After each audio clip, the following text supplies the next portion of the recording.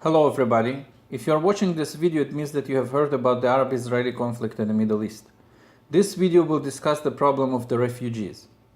In order to get to the bottom of the problem, I have divided this video into 4 sections. The origin of the problem, other refugees, numbers, and the UN's contribution to the problem. Origin of the problem. In 1948, when the Jews have proclaimed independence, all of the neighboring Arab countries waged war against it. Local Arab population was encouraged to participate in it, and they did. We all know now that Arabs lost that war.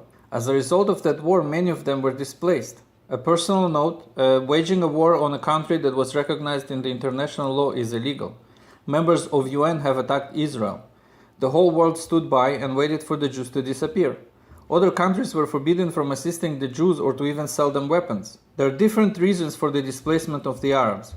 Some fled because they feared the victorious Israeli army. Some left because they were told by the Arab leaders to leave. They were told that Israel would be annihilated and that in 2 weeks there will be no Israel anymore and that they would be able to return with no problem. And of course I have heard the claim that Arabs were brutally expelled by the Israeli army and that the Israeli army have annihilated whole villages. But at the same time, I have seen Arabs testifying that the Arab armies themselves have burned their villages and told them to say that the IDF did it so that they will be able to apply international pressure on Israel later.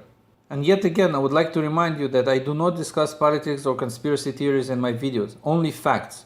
The fact is that Arabs have attacked and the refugee problem is a direct result of that attack. Other refugees. Not only Arabs but also Jews were displaced. Contrary to Arabs, Jews were not displaced because they have betrayed their own countries or because they were showing any kind of hostility. Jews were displaced for one and only reason, because they were Jews. That is a direct violation of the rights of the Jewish citizens of those countries. In most of those countries, the bank accounts and the lands of the Jews were confiscated. There was never any condemnation or resolution about this in the UN or on any international podium. Numbers.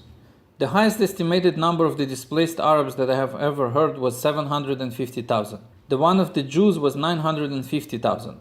You can see that the number of the Jewish refugees is considerably higher. But you have never probably heard about any Jewish refugee problem. You know why? Because Jews took care of their own people and settled them. A newborn, very small country took in almost 1 million of their refugees. Arabs who have over 20 countries in the Middle East rejected their own people and kept them in miserable conditions for decades. All of the possessions that were lost by the Arab refugees in both wars, the 1948 and 1967, are estimated to be $4.4 billion in today's values. The possessions lost by the Jews are estimated to be $6.7 billion in today's value. Combined lands that the Jews have lost in process are 5 times larger than Israel. You may have noted that I am not referring to the Arab refugees as Palestinians. The reason for it is that I am dealing with facts and international law, according to which Palestinians as a nation are the Jews, not Arabs. Palestine as a geopolitical body have appeared on the map in 1920, the only purpose of which was the establishment of an independent Jewish state.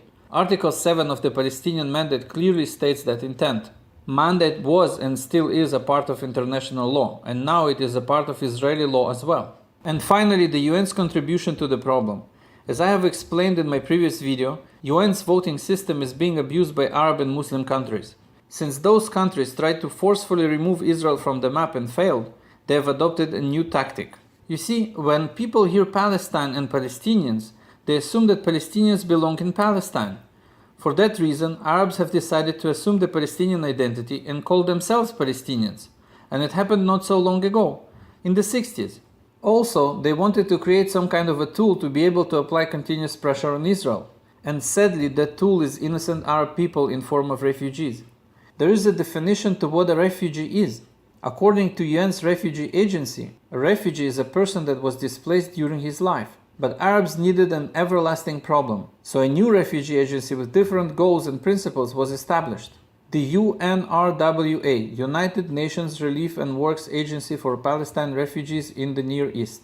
Before you is a comparison chart between the regular refugee agency and the Arab refugee agency. So according to the general refugee standards, a person who gains the status of a citizen loses the refugee status. Since that would solve the Arab refugee problems in a second, they have decided to make their people permanent refugees. This way, their numbers and suffering will be growing, something that Arab world will be able to use in the media and in UN resolutions.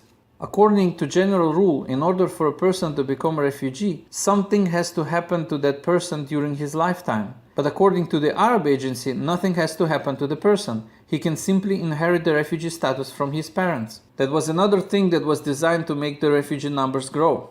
Nowadays, there are even American citizens who run businesses and live a wealthy life that are at the same time considered to be refugees. The General Refugee Agency have resettled over 10 million refugees. Arab Agency have resettled none. The budget for this agency is about $1 billion a year. Where does that money go? From what I find, their money is used for a wide range of different things, from supporting local terrorist groups to training children to become suicide bombers, but none, of course, to actually help the refugees. All these years, they did not resettle a single refugee, and that is with 4 times more staff for 3 times less refugees. So instead of helping their own people, the Arabs have decided to use the UN to increase their numbers and suffering. The idea behind this was to have Israel somehow accept those people in the future and have them form majority in Israel, and with that majority they are planning to abuse the voting system again and elect an Arab government. If that would ever to happen, a Jewish national home would disappear from the map. Palestine, however, as an Arab country for the so-called Palestinian Arabs, would never be established. The Arab world never cared about those refugees. They are only used as a tool to destroy Israel. The Arab world would continue in their struggle for that territory. New conflicts would arise, and all of the progress and development of the land by the Jews would be destroyed, same as it was destroyed in any other land that was ceded to the Arabs.